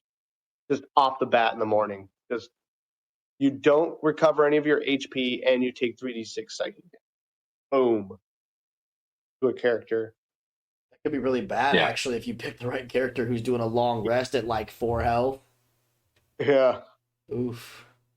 Just drops. Yeah, dreams. Just nightmare and just like seizes up. You're like, oh damn. He's No, down. there's some opportunities, but it's just like you said, Ed. It can be DM specific. Yeah, well, my players use dream. I actually have a character, and her whole shtick. It's the one. Now I have a character. One of my players who's playing her character. Um, she's got her patron is a fae. Who's like his domain is dreams and nightmares, basically. Mm. Um, each of the fae, the fae have kind of slightly different areas than the gods, kind of a little bit more, a little less concrete, a little more kind of, that's kind of how they work. Each of the archfey and his is dreams and nightmares. So like her is a magic item, it's her spell focus, and it gives her like basically like there are 3 spells that she can get a free cast of them every day. Mm-hmm. Dream is on there. Phantasmal Killer is on there, and Modify Memory is on there. Oh, Are the 3, and and they've all come. I don't think she's cast Phantasmal Killer yet because it hasn't come up.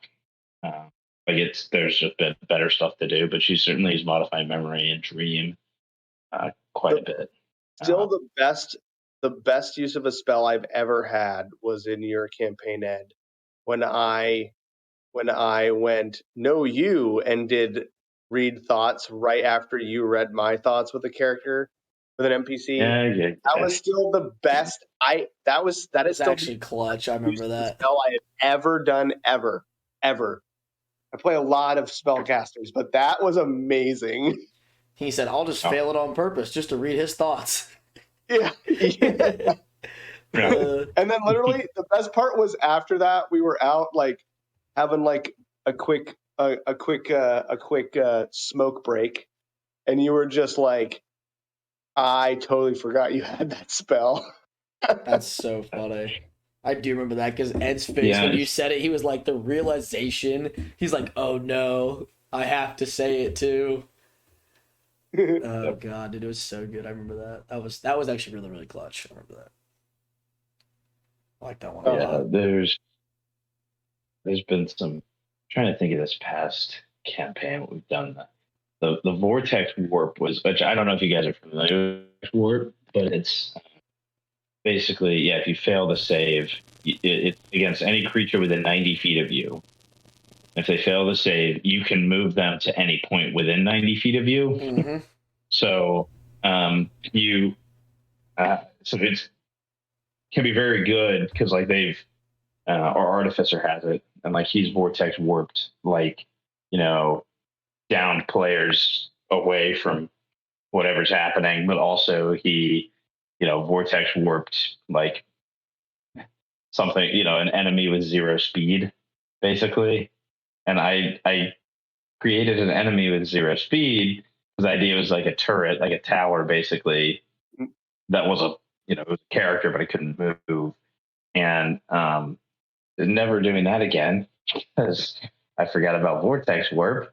And so it was like this, enemy kind of in the middle of things that he's just like, so that thing, I'm going to move it like, 120 feet away from where it is now. Just get it all the way out there so that none of its spells can reach us. So, Yep. I saw a Reddit post of the DM forgot their party had the warp and they were fighting on like a cliffside.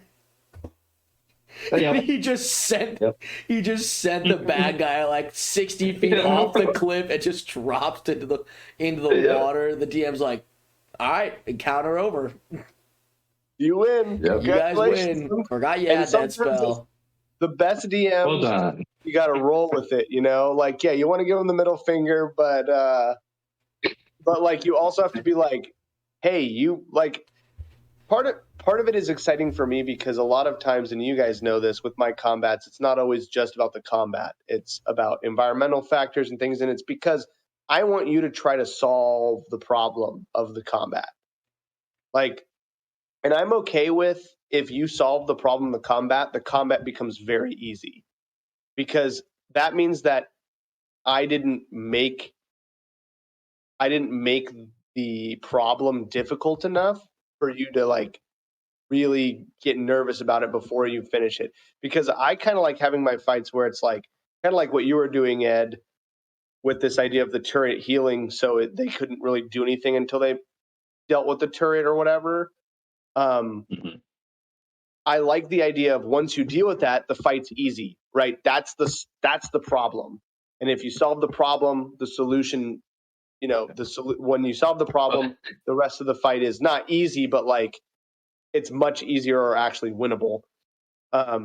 So I like kind of throwing stuff like that. And then if somebody comes out with something crazy and does it cool, like I'm hyped for them because I'm like, dang, I didn't think of that.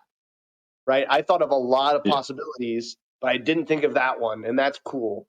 Dude, you know what I've also, this campaign has been crazy because like, just in terms of like, like Yu-Gi-Oh, like believe in the heart of the cards, right? And you'll get the right thing. I've noticed something it's really astonishing is that like, believe in the heart of the dice. And like, when it comes down to it, the dice have gotten the story exactly right every time. Like, the big bat, like I didn't mess with it. The big, like the hit points are right. I said the hit points. I said, yeah, everything. The whole thing played out. And like every single person whose backstory it is has landed the final blow on like a backstory villain. And like, I haven't fucked with it or anything. Like, it's landed perfectly every time. And it's like the most satisfying way. It's like 3 people down, whatever. And this guy's at 1 hit point. One of the guys I had, he was a werewolf, and his big bad guy for the campaign was like a Lugaroo, which is basically like a. What was it? Yeah, you guys. Yeah, you did, didn't you? We're the only two that fought a Lugaroo, actually. Yep. I remember that one. God, that one was a bitcher. Yeah. Well, wasn't who was it? Who was the other one? Because there were 3. Was it Alan? Yeah, Alan was the blood hunter. Yeah, he was. I was the artificer. Artificer, and you were a wizard. You were a wizard. Yeah, you were a war domain or a warcaster, battle. caster. Yeah, whatever they're called. Battle mage, but basically the Lugaroo mage, whatever they are. But yeah. I like that guy. Actually, I should play one of those again. I like a caster that I've played with. Caster. Basically, the Lugaroo attacked them, and one of the weapons they have, it's a homebrewed weapon I created. They name it's called New Moon is the name of the weapon. It's a handgun basically. So it's a 4-shooter, so like a pillbox or whatever it's called, and they stole.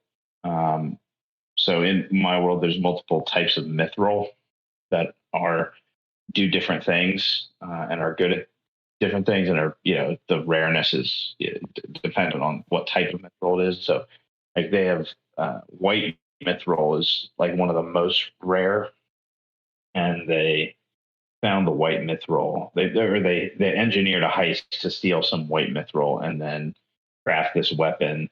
So it's like a handgun.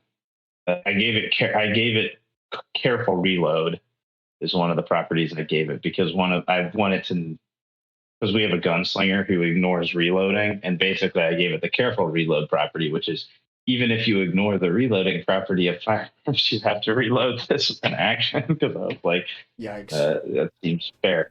But the thing is, it deals 1d6 piercing plus 2d6 radiant at a baseline.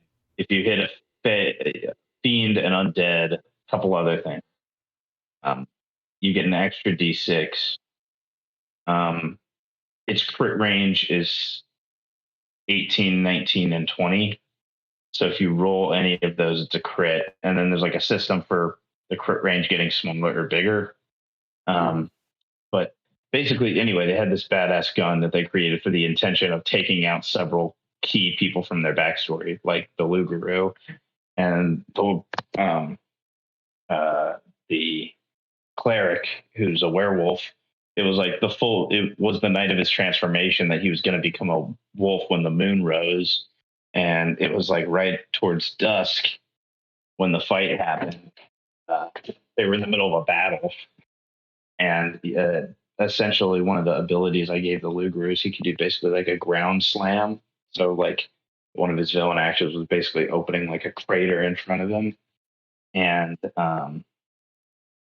he had just knocked the cleric down, and the cleric had gone unconscious, and the Luguru was like, fighting the fighter or whatever.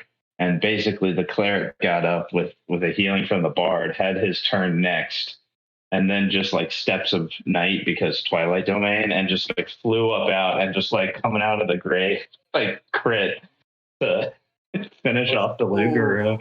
I was like, perfect. That's always nice when things go that way.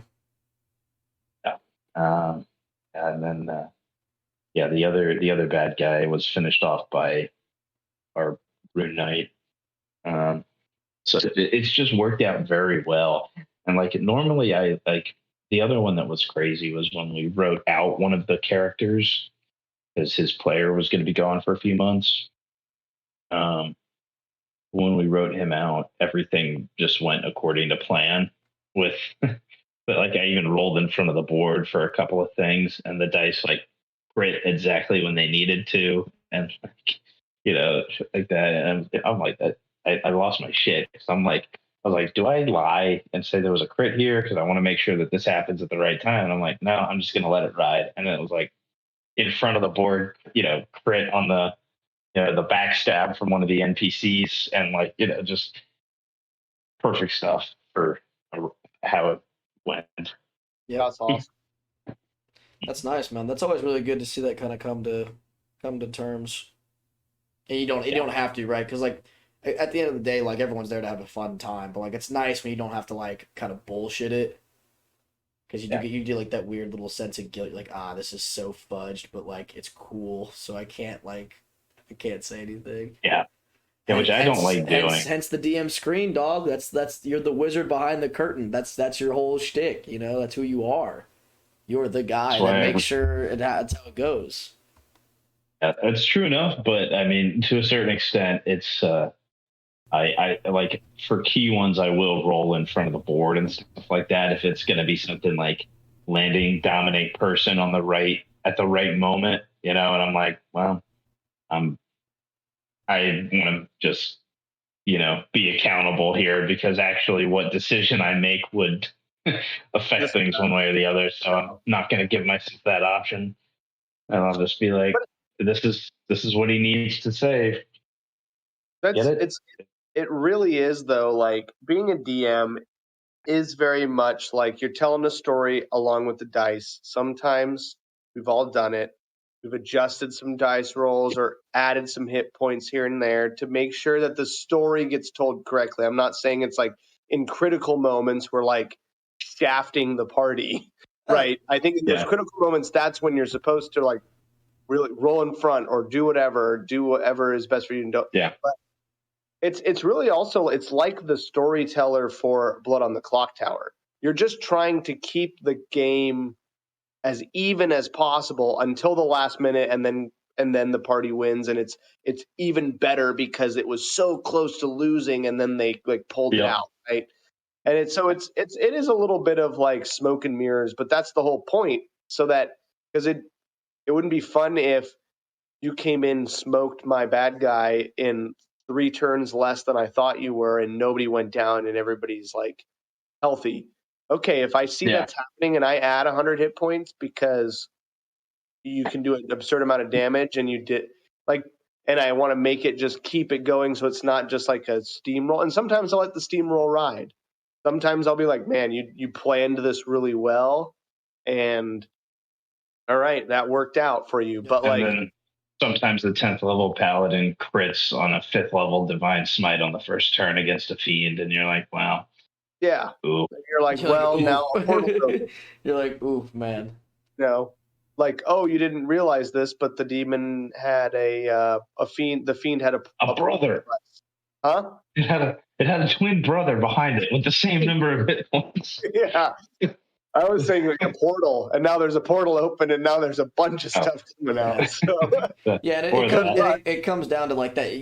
No one wants the build up of the bad guy to turn into nothing, right? Like on the small encounters, you crit whatever, dude. That was a random encounter, anyways. But you don't want to like smoke the main bad guy of the three It's got to be you got to master the drama. Yeah, like you got to catch the dramatic moments because you got to match the moment. That's exactly correct. You definitely have to match the moment. Like the baddies that these guys fought, right? Like they've been baddies for over a year of like out of game time, right? So it's like you can't have it be shit. No, because then no one's satisfied. You're not satisfied for how you presented it and how you set it up. They're not satisfied for their outcome, and then everyone's like, "Damn, we wasted X amount of time and X amount of effort and all this stuff just for it to kind of like be gone. See you later. Yeah. It's over now. Yeah, and that's what Congrats, guys. Woo. That's the difficulty of it. Like you gotta build the stakes, and then you got to meet the stakes, right? Yeah, I completely agree. You got to match those expectations you set, if not exceed them. For sure. Getting off the topic of D&D though, Ed, on your recommendation, I have been watching the Pandemonium Institute's Clock Tower, and it is phenomenal. I thought the No Rolls Bard, which I love. I love No Rolls Bard, and their board game playthroughs are awesome. They're great. So fun. But I started watching the Pandemonium Institute, like Blood on the Clock Tower, and those guys are like schemes within schemes. Holy moly. Yeah. They know the game so well. I'm really interested to play. I've obviously never played yet. The guy, Ed, is one of the creators. He's on there sometimes. It's like you'll see with the chat whenever he's in, people will be like Nerf Ed because he is like just an absolute monster because he's one of the two like the actual like guys who makes the game. Yeah. One of the like small huddle guys who are coming up with the characters. It's Ed. Ben does a lot. And Ben's story tells a lot, yeah. There was one girl that also like. Yeah, it's not. Aggie. Yeah, Aggie tells. She storytells, and she sometimes, sometimes Chiz will as well. Patters will. Patters is maybe the best blood on the Patters and Ed are the two best Clock Tower players that I've seen. Yeah, they're really good. Have you seen on Pandemonium Institute the crossover with No Rules Barred and Pandemonium people yet? Yeah, I've seen that one. That's Hatters is the best. That's like his best form. The It's so crazy incredible. ones with Ed are when he's just like, it's like day one, and he like Mhm. gets, Solves it. it's like night one, and like Ben gives him something. He's like, oh, so this person's this, that person's that, and this person's this, and you're like, it's true, and he may not know 100% that is true, but like just that the fact that his first intuition is like these three players have to be this, and they're right, and you're like, what? How did you get that from like the information that was given? Yeah, there's one. Yeah, there's the funny one where Ben called him up. And he was the investigator, which the investigator, they start knowing one, Yeah. 2 players is a particular minion, and essentially Ben is like, here's what we're gonna do. We're gonna throw him off the scent. We're gonna make such and such, who's the recluse, register as the spy. So it's a outsider that can register as evil. Yep. And we're going to make the librarian be the other one. So it's like 2 things that the spy could very feasibly bluff as. And basically, he calls the player and is like, "You're the investigator, and you learn that such and such or such and such is the spy." And he just goes, "All right, recluse librarian, got it." And leaves the chat. No way. And Ben was like, "Did he just call the shot?" Like Immediately just calls my bluff. Wow. And he's like, "I see everyone is typing screen sniping." No, he's not. No, he just knows. They played the game enough that they can get a sense of like what's probably what could happen. Well, and also people have to realize that all of the players at night when they're not live are talking to each other and then getting pulled in individually by Ben. Yeah. So he's been talking to all these people too, right? And so like when he gets the information, it's not just him getting the information, it's also him getting a social read off those 2 people. Oh yeah. So like for the online ones anyway. And so it's like he could very feasibly be like, okay, well, he's a recluse and he's a librarian because they're not acting like minions. Like I just know that, and I'm just gonna call the shot. But yeah, I love it when he's just like, oh, this and this, and they're like, Ben's like, well, we're gonna have to do something tomorrow night because we got to figure this out. Yeah, Ben's definitely the best storyteller. He's so good. He's so good at being like, I wasn't gonna do this, but now I have to, or like this has to happen because otherwise, like, good's just gonna run away with it, or evil's just gonna run away with it. So we got to make sure it's Yeah, we've been trying to play. We're on hiatus right now, but Jared played when we were down here. And who Evil won, I think. Yeah, I think you guys lost, right? What's his name won, dude? Gallagher, Josh. Yeah. Is Josh the one that's always like really good? No, that's Will. I mean, Josh is the long-haired Indian guy whose house we were at. Yeah. But him and Will Morris. Yeah, Will. They were solid players for sure. Yeah.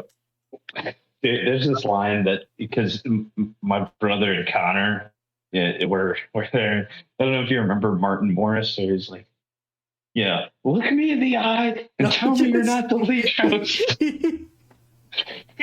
I do remember that. Was it a leech game? No.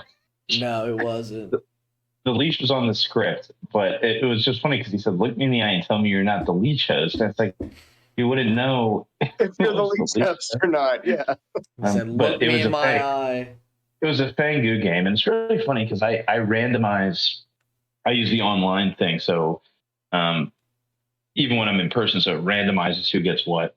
Yeah. And damn it, Josh ends up the demon in like 60% of the games, 60 or 70, like does. By the random assignment. And then it was funny because this game that Jared played, Josh didn't get the demon, but he got Fangu jumped to night 1 and then became the demon.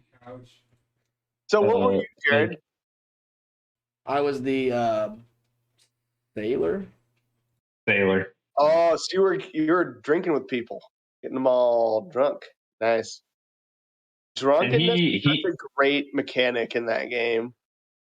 Yeah, We were it was very funny too because Jared was playing it because when I get Sailor, I drink with myself half the time because like I don't like screwing up people's info. But Jared was just like, I'm just gonna. It's my first time playing, so I just like randomly. Yeah, I was just which picking was random really people. and it was the funniest thing too because Lily was the gambler and she gambled Henry night 2, which was the first and only night that Jared had drunk with Lily. So Henry's like bluff got bulletproofed because Jared happened to drink with the gambler on the night she happened to test the minion. It was very unfortunate. And then I killed off Lily because I was kind of a dick because she gambled she gambled Sarah as the recluse. Mm-hmm. And I was like, this game's taking long. It's a little late, so I'm gonna make the recluse register as not the recluse and kill the gambler. Just offer, like, oh my god, man off his own sister, just straight up. The recluse is on there, and this is the way, like, outsiders are meant to hurt the good team. So if there's any opportunity for the recluse to fuck over the good team, I'm gonna do it. You know. Yeah. The interesting thing about the Sailor though is even if he drinks with another person, there is still a chance that he gets the Sailor gets drunk, not the person. Yeah.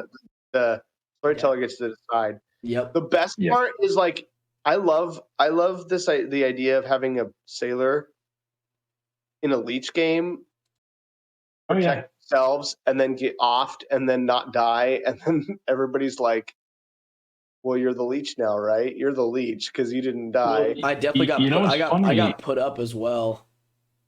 Well, you know what's funny is it actually when often, like 2 of us. It often goes the opposite direction in practice because it usually ends up not being the Sailor suspected as the leech. It's usually the leech passes as the Sailor. Yeah, Sailor, yeah. At least for a while. And then it's like T-Lady on the script. I can show you the script. He bluffed T-Lady. Having a leech sat next to a T-Lady is amazing because then they could die and they could be like, well, I'm just next to the T-Lady and I'm good. Here. Yeah, Henry bluffed T-Lady first, I think. Happened in the Pandemonium Institute. This is the one that we used. Sorry for all those listening. You're not going to be able to. Oh, wait. Can we? We could if we weren't doing just audio, but yeah. We're just doing audio. Sorry, guys. Yeah, this is the one that that we played, which is one of my own design. Which is a pretty. What was that, Ethan? You could have a T-Lady. Yeah, I don't remember if there was one. There was one in that game because it was next to it. No, there wasn't one. No, there wasn't. Henry bluffed it though. Henry bluffed it. That's what happened. What were the minions? The minions in this particular. Henry was the devil's advocate. So basically, it started out with one of the guys was the Fangu, and then they had a Godfather, and they had a devil's advocate, and that added in a recluse and a drunk, I think. No, we didn't have a drunk. We had a drunk. Recluse and a moonchild. Oh, that's right. Because Josh was the moonchild, and then he got Fangu jumped too. Yep. That's a dangerous combo for the evil team, having a Fangu and a Godfather. That's a strong combo. Yeah, the Fangu Godfather murdered us. It was so bad. Friends on the just be like, yo Fangu, the whole point of this script is to have a decent number of outsiders. Because you also have if you can run Baron, Godfather, Fangu, and then you just have 4 outsiders in play. Which I've run before. Well, the thing is, it is brutal, but it thins out who is who really quickly. That'd be brutal, but you know what would spice that up if you had that Baron, Godfather Fangu, and then had a poppy or Well, I had that previously on this script actually. It was too good. And the other problem is that it was because the role on here is philosopher, right? yeah, Philosopher acts before anything else. So philosopher can pick poppy grower. yep, So for sure. either there's a so the only way and the thing is like I tried it a few times. The only way the poppy grower like isn't in play is if I don't put the poppy grower or the philosopher in, because the philosopher is always going to pick poppy grower. So what I did is I took off the poppy grower and I added the magician, which serves a similar role, Yeah. but it actually is more interesting in gameplay and less detrimental to the evils, because this particular script makes it How many people are challenging. you playing with? Oh God, it was like We played with 12. 10 or 11. Yeah, it was a lot. 12 maybe. That's cool because that's the only thing I was thinking was like you say the poppy grow is overpowered, but if you ran Baron Godfather Fangu with the Baron, you add 2 more outsiders. The Fangu already has like a like 5 and 11 chance or 4 and 10 chance of almost a 40% chance of Yeah. like picking an outsider randomly without having talked to either of his minions. Yep. So, True enough. But it can only jump once. So it's not that busted.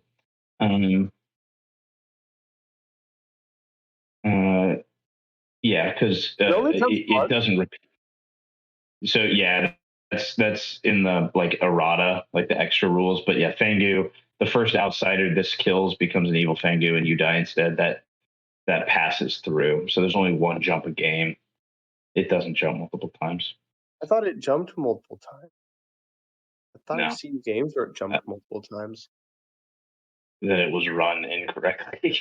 It can only jump once, because otherwise it'd be ridiculous. Maybe they're reading it as like every time there's a new one, they reset the ability. It doesn't reset. Yeah, but they could read it as that. You could read it as such. Because But like yeah, if I say you're now the Fangu, and then it says, and I read the first outsider that I kill, I could see that. Yeah, for sure. But yeah, it only jumps once, which makes it balanced. But let's see here. Gotcha. I'm trying. Yeah, and then Legion. And I put the Zomboul on here, in part because it's an interesting interaction with the Zomboul and the uh, Oracle, Mm-hmm. because you can kind of make it look like a Fangu jump when you're actually the Zomboul. So it's kind of interesting. And then the Leech. But yeah, this is the one I have right now. Here's the one that I'm looking to run for Halloween. Also, let's see here. Did you see the Blood on the Clock Tower playthrough with the Pandemonium Institute where I forget it's the demon that can switch alignments with 2 different people? I forget which one it is. But basically what happened was this guy was a Mezephiles Yeah. and she flipped the Snake Charmer and the Mezephiles. So the original minion was an evil. Yes.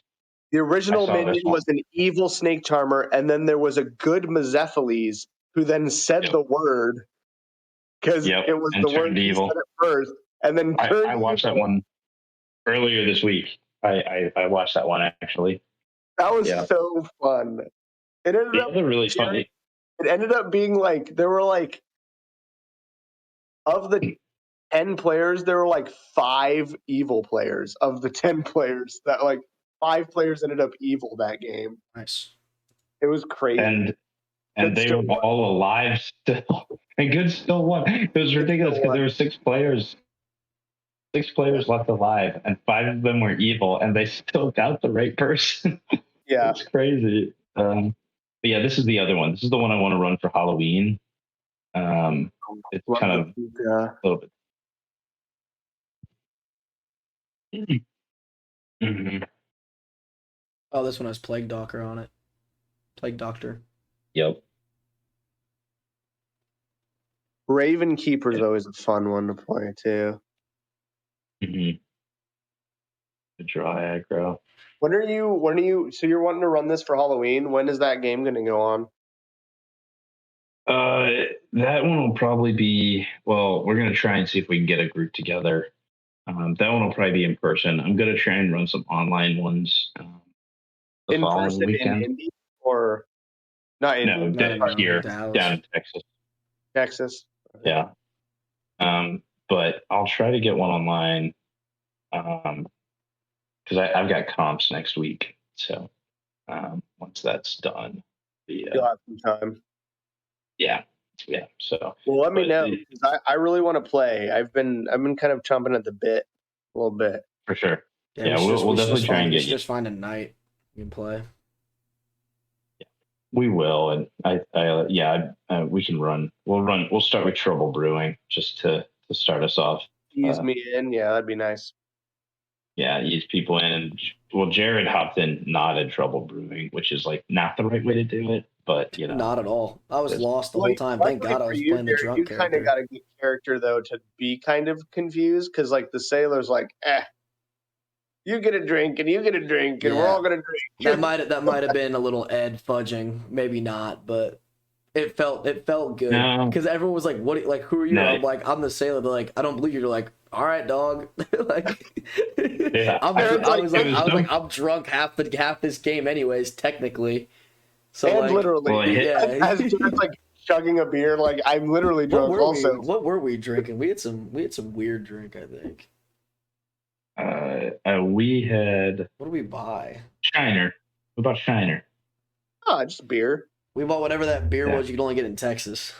Yeah, Shiner Bock. Shiner. Yeah, Shiner Bock. That was good, yeah. But yeah, I was just like wandering around the whole time. It was like, who are you? I'm like, I'm not even gonna lie to y'all. Like, there's no point. I'm drunk half the time, so that's the fun of the sailor. The sailor can just be out and open about it. Yeah. But like Ed just said, the sailor's also an amazing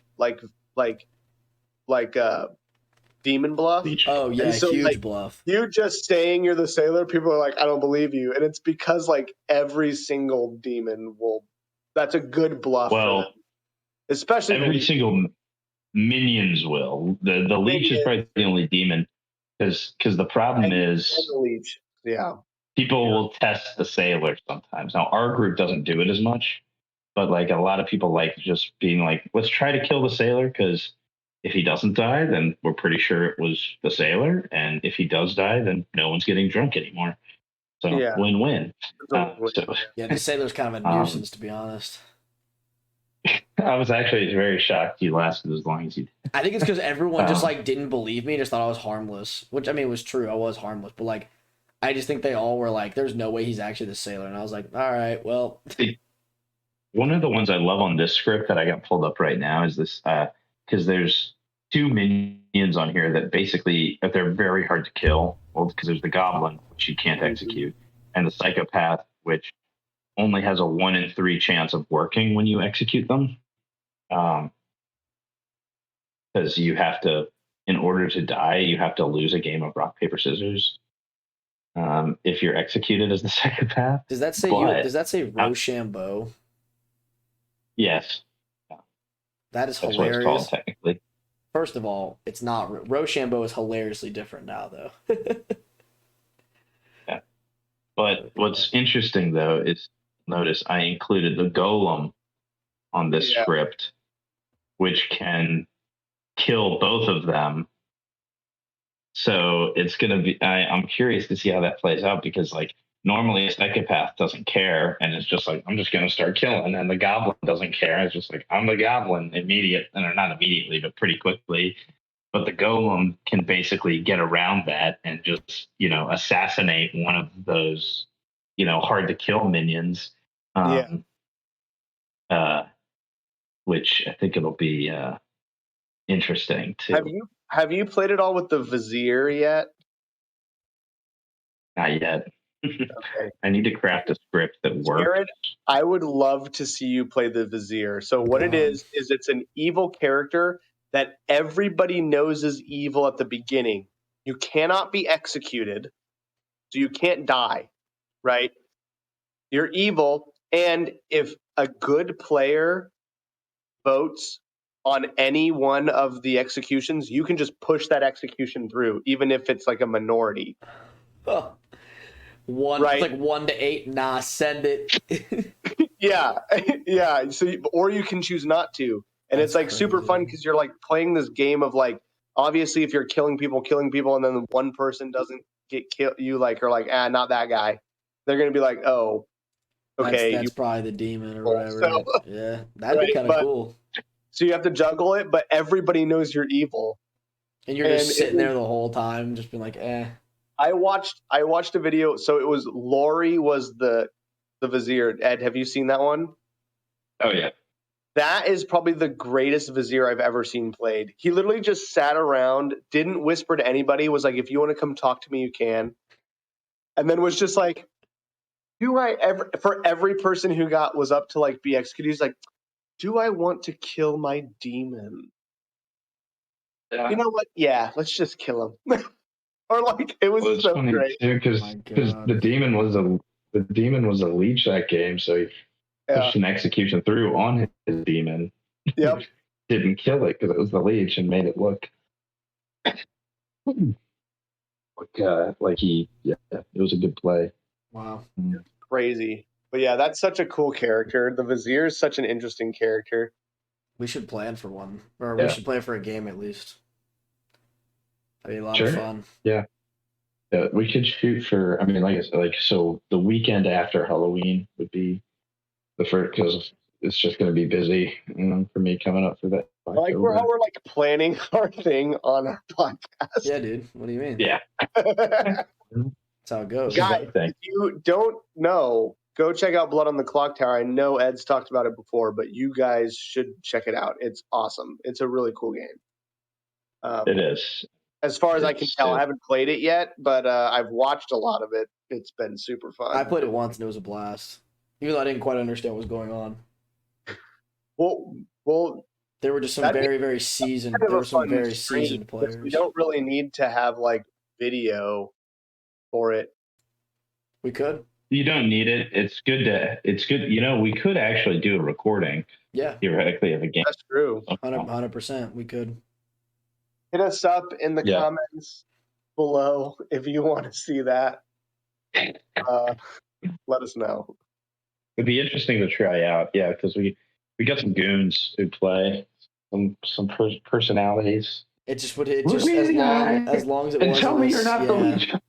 As long as it wasn't a constant screaming match, it'd be fine, I suppose. But it could get a little out of hand. Just mute people. Ed just mutes people as it goes. He's like, they're screaming too much. He just moves them to a different channel. I used to do that. That was the most passive. I would do that when I had online D&D sessions, and someone just wouldn't stop talking. I would just be like, okay, mute, and then I would just keep going. Yep. It's the one beautiful thing about online. It's beautiful. Yeah, but I think we're probably getting to the end here of the official podcast content. We've probably been a little off of that for a bit, so let me wrap up at least the recording here, and then we can continue to plan our. We can do whatever we want. I have no rules here. True enough. Sounds good. Glad to discuss. We got back into some D&D discussion today. I feel like it's just whenever I come back, it's like, all right, well, I guess we got to talk about D&D now. We can do whatever. Well, it was good. I haven't talked. We haven't.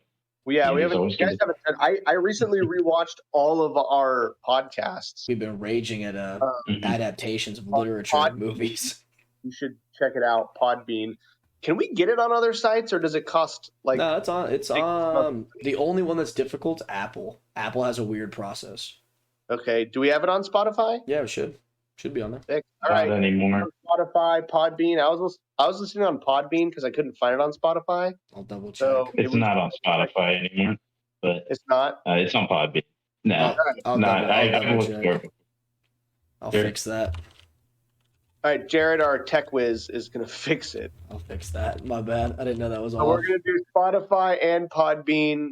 Like it, subscribe, comment if you enjoy it. We had like 40 something downloads on Podbean for our like earlier episodes, and I really feel bad now that we trailed off because like I feel like these people are like, Didn't you see damn, it? I really like this podcast, and now it's just not happening anymore. Didn't I send it to you? What? I could have sworn No. I sent you that guy. I didn't send you the pictures, guys. I was I checking may that have out. I forgotten. was checking that out the other day, and I was like, oh, that's weird. And then I saw it, and So- I was like, no way. People are like, okay, hold on. But I listened to all them. They were great, actually, and I really enjoyed the last two that you guys did. I'm sorry I wasn't able to be on them, but We're really at been $2.99. getting off topic on the not just doing D&D and doing other kind of stuff. So we'll have to do that next time for sure. This was kind of a more Send It Sunday episode, late Sunday Yep. for a lot of us. Yeah. So as we're recording, so Yeah, we're at a total of $2.99, boys. let's go. $2.99 total. So 299 total. so somebody's out there. What Yeah. is a download? Like an independent A listen. watch or something? Yeah, listen. Okay. Because I've probably clocked, 2 or 3 on a couple of these. I've revisited some of the early ones a couple of times, but Yeah, not 47. No. Yeah. Nope. Awesome. So Well, Yep. Podbean got it, and then hopefully we'll be back on Spotify. I'll here. fix it on the Spotify. So, yeah, check us out. Check out the earlier ones if you're Yeah. watching this. If you're Please listening do. to this one. And everyone have a great night. Catch you in the next one. Cheers, everybody.